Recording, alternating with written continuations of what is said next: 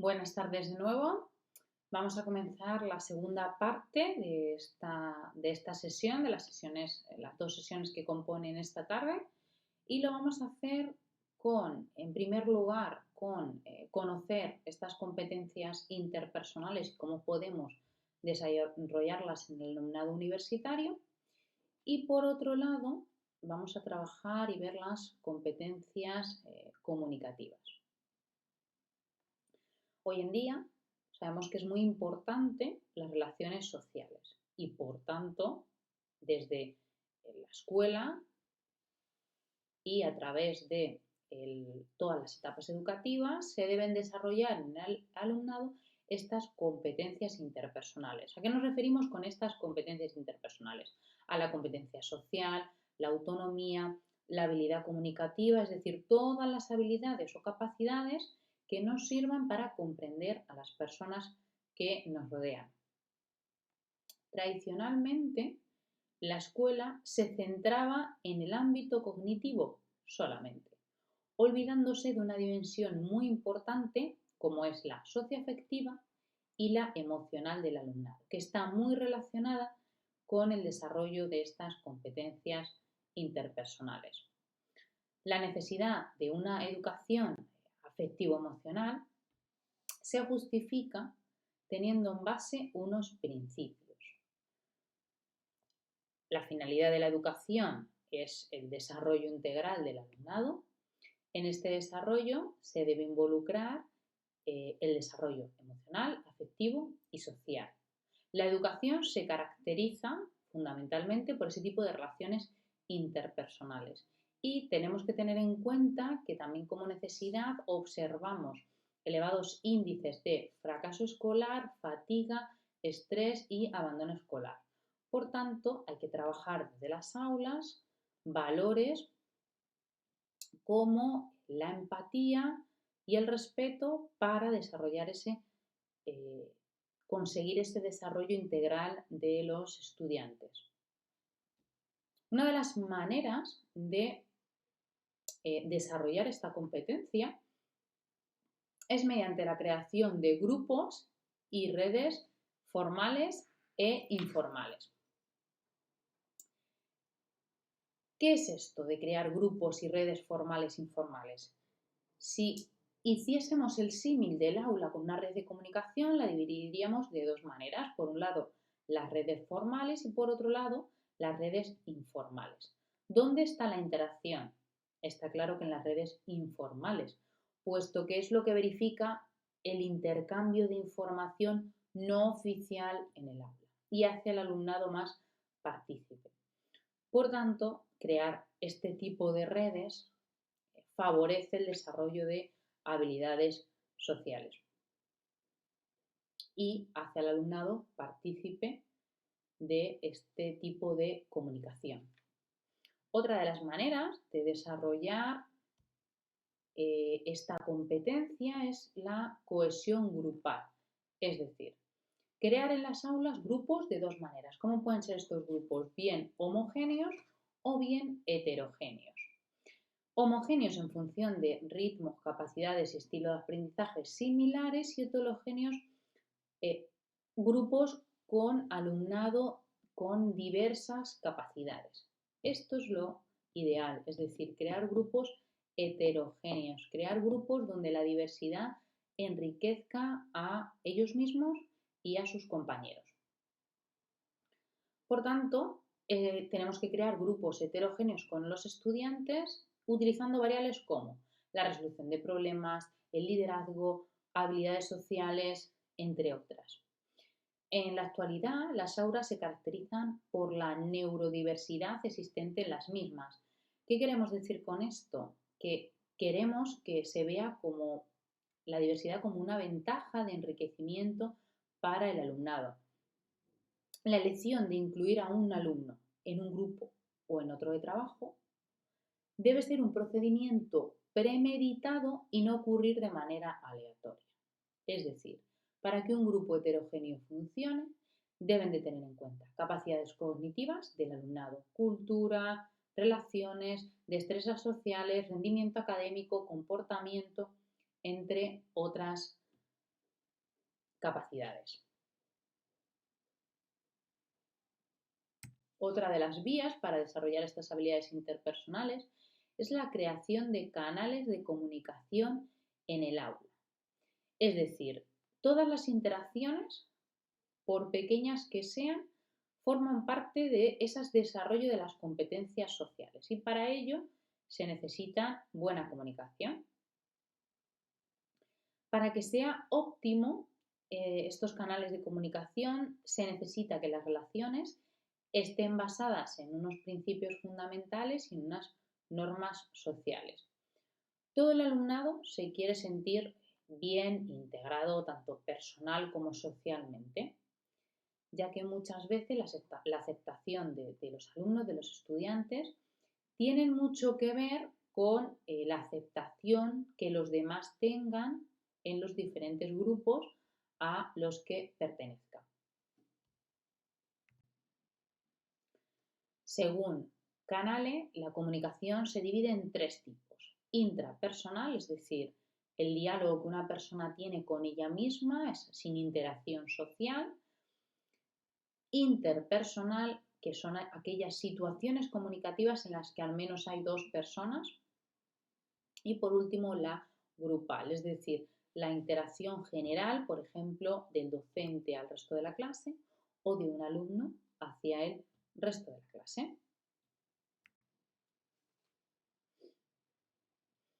Existen diferentes tipos de técnicas para mejorar las relaciones interpersonales, como por ejemplo, técnicas cognitivas que permiten al alumnado aprender a resolver problemas propios, técnicas basadas en la toma de decisiones, desarrollando la empatía y la retroalimentación, y técnicas de habilidades sociales para reducir conflictos y aumentar el autoestima y la seguridad de los mismos.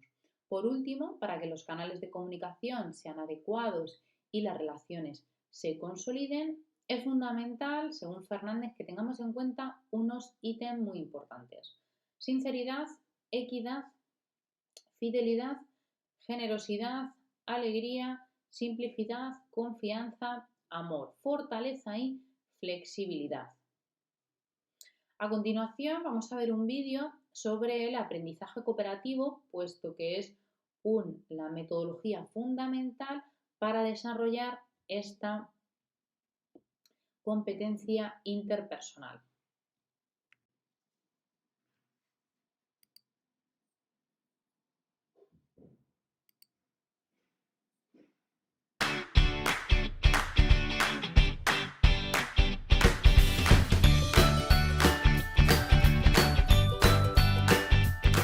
Any lesson can be taught in one of 3 ways. You can have students compete to see who's best. You can have them work individualistically on their own, or you can have them work in small groups cooperatively. And as you know, because you're here, the most important is cooperation, and it's probably the least utilized.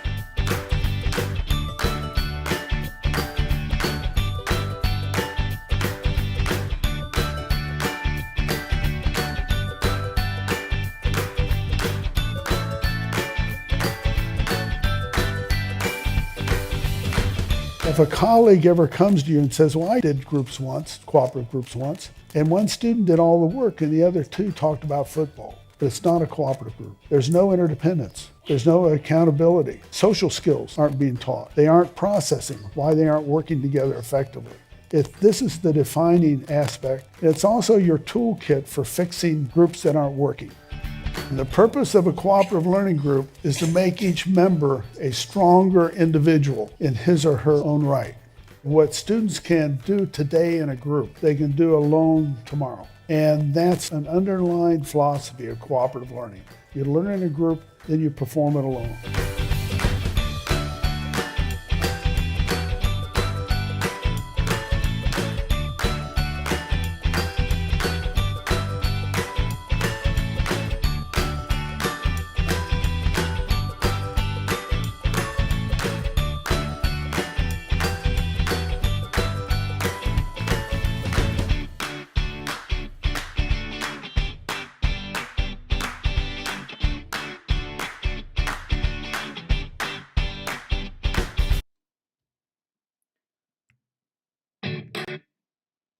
Continuamos con otro elemento fundamental para favorecer esta interacción socioafectiva, como es el clima del aula. Este factor es muy importante y el profesorado, los docentes, los debemos de tener en cuenta, puesto que es una interacción socioafectiva que se produce en el aula y que engloba muchos factores y es uno de los principales factores que influyen en los aprendizajes del alumnado junto con la motivación. ¿Por qué? Puesto que tiene relación directa con el bienestar y con la sensación de pertenencia al grupo o clase. Si un alumno tiene buena relación con sus compañeros y con el docente, es más probable que tenga buenos resultados que si por lo contrario no tiene ni buena relación ni con sus compañeros ni con el docente. Por tanto, eso hay que tener en cuenta, es decir, existe relación entre un buen clima del aula y el rendimiento académico. Por tanto, es primordial que los docentes se lo planteen como algo que hay que conseguir y hay que fomentar para fomentar esas relaciones interpersonales y esas habilidades sociales. Para lograr un adecuado clima en el aula necesitamos tener en cuenta factores como la empatía, la confianza, el vínculo, los refuerzos, el conocimiento, las rutinas que ofrezcan seguridad, conexión con el mundo real, potenciar fortalezas, fomentar la participación, favorecer, de lo que hablaba el vídeo, los aprendizajes cooperativos. Vamos a ver de manera breve todos estos factores, por qué debemos de fomentarlos en los alumnos. En primer lugar, porque tenemos que construir un alumnado con empatía, es decir, tenemos que favorecer las relaciones entre ellos. Crear un buen vínculo entre los docentes y el alumnado. Favorecer y crear lazos de confianza entre el alumnado en sí y entre el profesorado y alumnado. Motivar al alumnado, halagándolo que hayan bien y haciéndoles ser conscientes de su propio progreso y proceso de aprendizaje. En primer lugar, vamos a ver qué es la interacción comunicativa, es decir, es una comunicación que implica a varias personas, a varios miembros. Esta comunicación, por un lado, o bien facilita o bien inhibe los aprendizajes. Esta interacción aparece a través de haber relaciones sociales entre personas. Y lo que se pretende que desde el ámbito educativo el alumnado aprenda a relacionarse y a interaccionar socialmente. El desarrollo de estas competencias comunicativas implica que se desarrollen habilidades como la expresión, la interpretación y la capacidad de escucha, puesto que implica un esfuerzo por comprender a los demás. De esto va a hablar el doctor Mario Alonso Puig en el siguiente vídeo. Solamente vamos a poner una pequeña parte del mismo en la que nos va a hablar sobre todo de este tema. Estas competencias no se reducen solo a una buena expresión oral y escrita, sino que abarcan conocimientos y habilidades que debe de aprender cualquier alumno. Por tanto, son características que tanto los docentes como el alumnado deben saber que son muy valiosas en los procesos de interacción dentro del proceso de enseñanza y aprendizaje de cualquier estudiante. Vamos a continuar con las competencias comunicativas, con cómo las podemos desarrollar en el ámbito educativo. Es decir, al final el aula es un microsistema, representa el macrosistema que es nuestra sociedad, por tanto se caracteriza por la cantidad de interacciones comunicativas que hay entre sus miembros. Estos grupos al final tienen relaciones tanto a nivel interno como a nivel externo. La interacción que se produce en el aula de manera formativa y recíproca hace referencia a interacción didáctica, es decir, docente-alumno, a ese tipo de interacción. Vamos a ver a continuación los condicionantes de una buena comunicación en un aula. primer lugar, las tareas que se realizan en el aula. Es decir, el trabajo en grupo favorece la comunicación en contra, por ejemplo, del trabajo individual. La estructura que tenga el centro, el entorno en el que se encuentre el centro o la facultad, la personalidad del docente, la experiencia, el modo en el que comunica, el autoconcepto del alumno, es decir, son condicionantes que tenemos que tener en cuenta que están ahí. Para comprender la naturaleza de las comunicaciones interpersonales es fundamental conocer la dimensión contextual de la comunicación. Es decir, un docente que quiera desarrollar en el alumnado habilidades de comunicación debe conocer datos sobre la comunidad social en la que está inmersa ese centro educativo o esa facultad o esa universidad a la que proceda el alumnado. Nuestra sociedad es intercultural y debemos de conocer y comprender todas las culturas en las que estén inmersas nosotros y nuestros alumnos. En ellas la comunicación y la comprensión son imprescindibles. Un docente que trabaja en determinado contexto intercultural debe ser consciente de ello, de la existencia de diferentes culturas y, por tanto, comunicar de las consecuencias comunicativas que tienen esas diferentes maneras de expresión. La comunicación didáctica también se refleja a través de diferentes tipos de lenguajes. Existe variedad de lenguajes no verbales. ¿Qué forman esos lenguajes no verbales? Movimientos del cuerpo, cabeza, manos, gestos, mirada, espacio. Por tanto, al trabajar habilidades comunicativas las tenemos que tener en cuenta. Tenemos que tratar de realizar sugerencias, alternativas,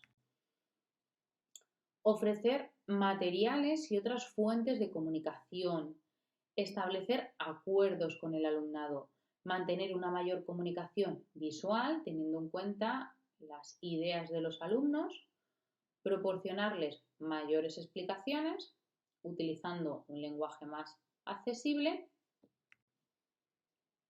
Finalmente, para desarrollar la competencia en comunicación lingüística es necesario ofrecer recursos y propuestas innovadoras, es decir, fundamental.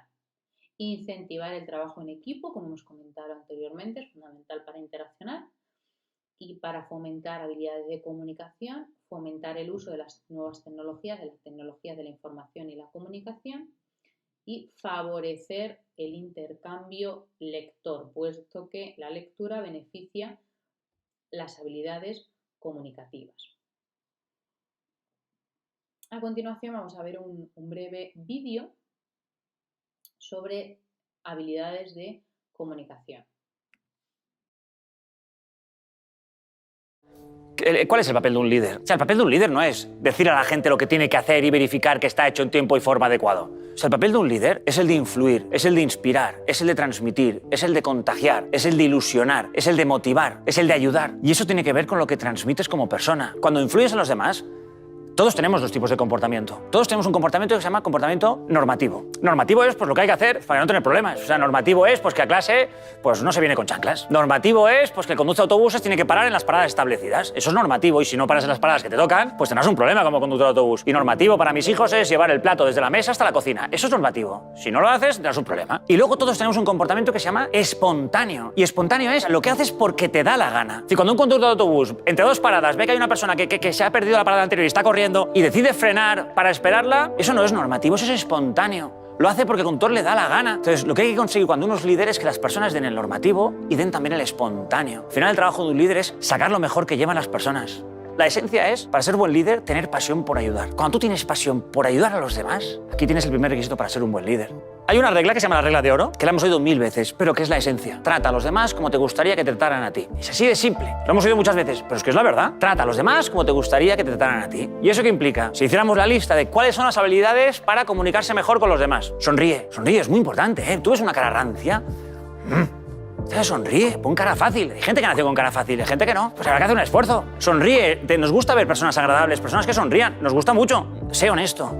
Porque al final transmites la persona que eres. Y en la comunicación con los demás ayuda. Sé una persona que escucha. Y me detendré en esta. Pero acabemos la lista. Sé una persona pues agradecida. Sé una persona que valora a las demás. Sé una persona que no tenga prejuicios. Sé tolerante también con la opinión de los demás. No todos tenemos que estar de acuerdo. Hay gente que no es nada tolerante. Pero me paro en escucha. Yo creo que es la más importante porque además es la que más cuesta. O sea, escuchar. A las personas nos encanta que nos escuchen. Porque cuando uno te escucha, o sea, tú te sientes importante, te sube la autoestima, te sientes comprendido, te sientes valorado, que es lo que queremos todos. Y nos cuesta mucho escuchar. Pero nos cuesta escuchar, primero porque vamos siempre con prisas y también porque hay gente que se enrolla mucho. No nos engañemos. Nos cuesta mucho escuchar, mucho. Y en la comunicación con los demás no es lo que yo digo, es mucho más importante que la otra persona se sienta escuchada, que se sienta comprendida. ¿Cuántas veces te ha pasado que tienes un problemón, vas a ver a un amigo o a una amiga, le sueltas el problemón, sí, te sientes escuchado y a lo mejor no te ha dicho nada? Oye, pues gracias por escucharme, porque lo necesitamos. No nos gusta que nos corten, no nos gusta que nos interrumpan, no nos gusta que nos peguen el rollo, nos gusta que nos escuchen. Entonces, ¿tú quieres llevarte bien con alguien? Escucha, pero es un esfuerzo enorme, porque implica ser generoso, implica no pensar en mí, sino pensar en ti. Si quieres comunicarte mejor con los demás, no se trata de un tema de que vocalices mejor o peor, es un tema de que transmitas honestidad, que transmites integridad, que seas amable, que seas agradable, que sonrías, que no tengas prejuicios, que seas tolerante y que escuches.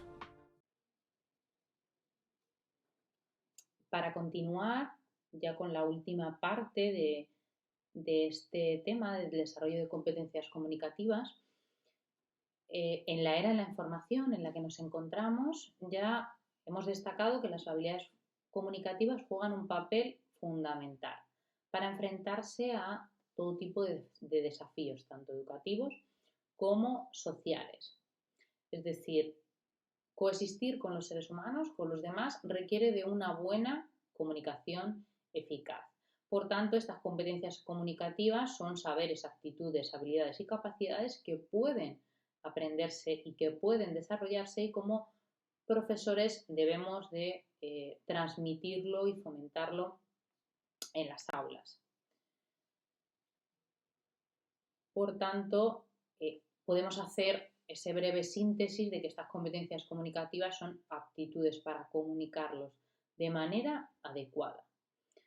Hay diferentes tipos de competencias comunicativas que podemos desarrollar, como por ejemplo la competencia lingüística, es decir, el desarrollo y la adquisición de una lengua y de su dominio; la competencia paralingüística, que está formada por elementos que complementan el lenguaje; la competencia kinésica, es decir, la realizada por gestos, posturas, miradas. Esta competencia es muy importante porque o bien enfatiza o bien contradice nuestras palabras. La competencia, en primer lugar, existen estrategias docentes para desarrollar estas competencias, como por ejemplo, desarrollar el rol de aprendizaje autónomo por parte del estudiante. Es muy importante que el estudiante reflexione de sus aprendizajes y de sus propios conocimientos. Esto lleva a que el alumno desarrolle estrategias y competencias comunicativas. Fomentar la habilidad de lectura, puesto que la lectura promueve el desarrollo a nivel cognitivo, despierta la curiosidad, la creatividad, y todo eso favorece el desarrollo de habilidades comunicativas. Promover el aprendizaje cooperativo, lo que conlleva a la socialización, y la socialización beneficia la competencia comunicativa. Desarrollar competencias en general, por último, con el fin de resolver problemas que existan en el contexto, generando resultados significativos. Esto permite desarrollar, lógicamente, una de las competencias que son las comunicativas, como hemos venido hablando a lo largo de esta última parte del tema 2. Para finalizar, vamos a hacer una pequeña síntesis de qué habilidades son necesarias para aprender a vivir en el siglo XXI. Y para ello vamos a ver un pequeño corto para entenderlo. Que se propongan. ¿Qué haces exactamente en tu clase? ¿Qué hace que los alumnos tengan la fuerza para llevar una vida más plena y productiva? Son 4 cosas principalmente. La primera es que les enseño comunicación. Los estudiantes tienen que ser capaces de comunicarse. Si aprendes a comunicarte correctamente en el instituto, confía en mí, podrás comunicarte adecuadamente en la universidad y en la vida real. El periodismo debería incorporarse en el plan de estudios de todos los colegios del mundo. Es parte del siglo XXI. Es el siglo de los medios de comunicación. Ignorarlos como ignorar la invención del automóvil al principio del siglo XX. El periodismo es comunicación y la comunicación es la clave para todo. Me gustaría que todos los niños de los Estados Unidos y del mundo disfrutaran de la alfabetización mediática para que pudieran entender qué fuentes son de fiar y de qué fuentes tienen que desconfiar. Yo creo que en el pasado, hace 20 años, todo lo que estaba impreso era creíble. Ese es uno de los problemas. Hoy en día tenemos que saber que todo lo que está en Internet es sospechoso. La segunda es la colaboración. Hay que enseñar a los niños a trabajar en equipo. Tienes que poder trabajar con todo el mundo, porque es parte de la vida. Todos van a estar ahí. ¿Te crees que estas personas van a desaparecer? Se van a graduar contigo. Van a estar ahí para siempre. Después el pensamiento crítico. ¿Cómo enseño pensamiento crítico? Tienen que salir y recopilar información, buscar fuentes primarias, descubrir lo que está pasando en el mundo. Así que recopilas la información y después tienes que averiguar qué es más importante. Es muy difícil saber eso. Así que si tienes práctica con esto, si lo haces todos los días, todas las semanas, te vuelves muy bueno haciéndolo. Así que comunicación, colaboración, pensamiento crítico y la última es la creatividad. La creatividad es algo que tienes que practicar. Así que cometen muchos errores, pero está bien, no me importa, solo tienen que volver a hacerlo. Repítelo sea lo que sea. Algunos de los errores creativos pueden parecer de locos, pero luego pueden resultar muy buenas ideas. Demos a los niños algo de libertad. Confiemos en ellos. Démosles algo de control sobre lo que están aprendiendo. No tenemos que decirles qué hacer todo el tiempo. Respetémoslos, respetemos su inteligencia. Lo juro, son muy inteligentes. Incluso los que piensas que no lo son más inteligentes de lo que crees.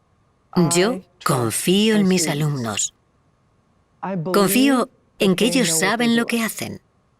La educación actualmente es completamente diferente, pero el sistema escolar no ha cambiado. No se presta atención al hecho de que todos aprendemos con el móvil. Llevan utilizando dispositivos electrónicos mucho tiempo. Démosles la oportunidad de ser creativos y de que utilicen la información que conocen de forma creativa. Eso no quiere decir que nos deshagamos de las clases. Yo creo que el 80% del currículum debería basarse en clases. De todo el sistema, el 80%. Solo tenemos que cambiar ese 20%. ¿Y por qué no más? Porque el sistema está tan arraigado, tras pasar de generación en generación, que es muy difícil de cambiar. Así que quiero trabajar con el sistema actual. Puede ser un cambio gradual. El cambio es algo muy difícil para las personas, para las culturas, para todos. Todos hablamos de cambio, pero nadie quiere llevarlo a cabo. Y para finalizar, ¿Por qué? como hemos ido viendo a lo largo del desarrollo del tema 2, las sociedades han ido evolucionando y el ámbito educativo debe de adaptarse y dar respuesta a esta situación de cambio, de globalización actual.